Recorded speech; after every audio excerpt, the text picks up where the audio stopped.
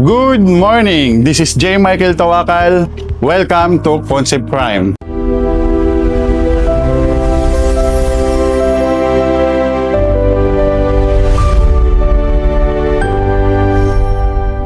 Yung topic ko naman ngayon is form. Okay, bilang isang bago, kailangan dapat alam po natin yung tamang approach o tamang pakikipag-usap sa mga kliyente o prospect natin. Bilang isang bago, 90% na magjo-join sa atin or mai-invite natin is more on stranger. Kasi based on my experience, mga kakilala ko, kapamilya ko, kamag-anak ko, hindi po sila nagtiwala sa akin. Yung unang nag-join, naging ka-business partner ko is more on hindi ko kakilala. Kasi bakit? Kapag kakilala mo, hinahanapan ka ng resulta.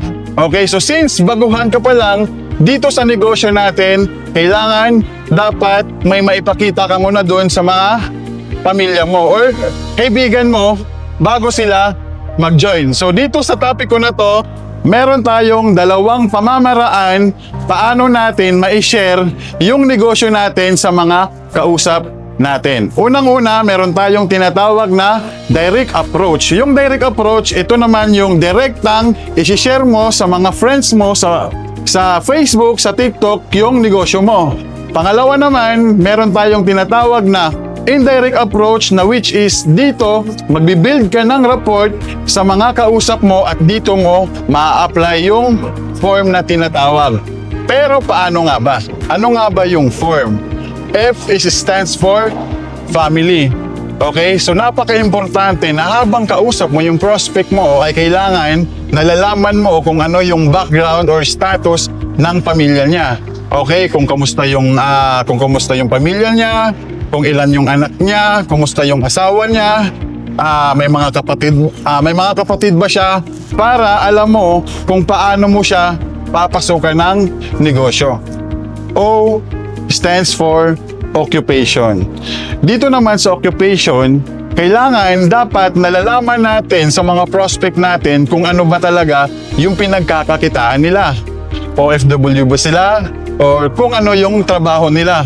Kung sapat ba yung kinikita niya sa pangangailangan ng pamilya niya. At dito, malalaman mo kung ano ba talaga yung kailangan niya or kailangan ba niya ng extra income para mapasukan mo ng negosyo.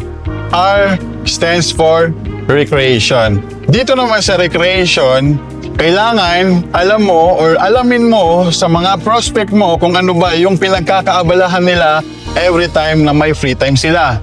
Kung nagti-TikTok lang ba sila, kung nag-scroll lang ba sila sa Facebook, or kung nanonood lang ba sila ng video, etc. At kung ano yung pinagkakaabalahan nila, kailangan malaman mo yon para maipasok mo sa kanila or mai-share mo sa kanila yung negosyo mo. And lastly, M stands for message. So since alam mo na kung ano yung background ng family niya, kung ano yung occupation niya, recreation niya, dito mo na ipapasok yung opportunity ng Concept Prime. Alam ko, marami sa atin nagsisimula, marami namang friends, pero hindi alam kung ano yung mga tamang steps paano nila i-offer yung negosyo nila.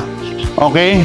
Alam ko, itong video na to, isa to sa makakatulong sa'yo para mapabilis mong makuha yung resulta mo dito sa Concept Prime. Ako si J. Michael Tawakal. Good morning.